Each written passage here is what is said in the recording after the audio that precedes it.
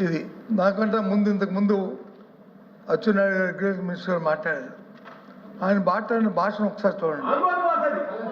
ఆయన మాట్లాడుతూ బొత్స సత్యనారాయణ గారు దద్దమ్మ మనిషి మనిషి మనిషి మనిషి మనిషి మనిషి అధ్యక్ష అధ్యక్ష అధ్యక్ష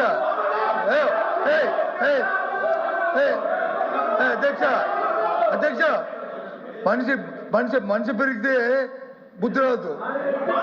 ఎద్దులాగా వచ్చి ఎద్దులాగా ఎత్తితే మనకి వచ్చి తెలుతాడు రావు.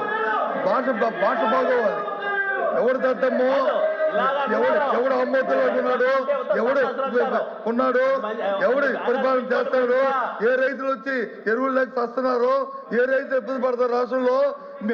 ఈ దద్దమ్మ వచ్చి తెలుస్తుంది. దయచేసి ఈ భాష మంచిది కాదు.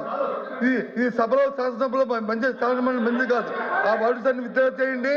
ఏంటి ఇలాంటి భాషలు గౌరవంగా మాట్లాడి నేర్చుకోండి. గౌరవంగా మాట్లాడి నేర్చుకోండి.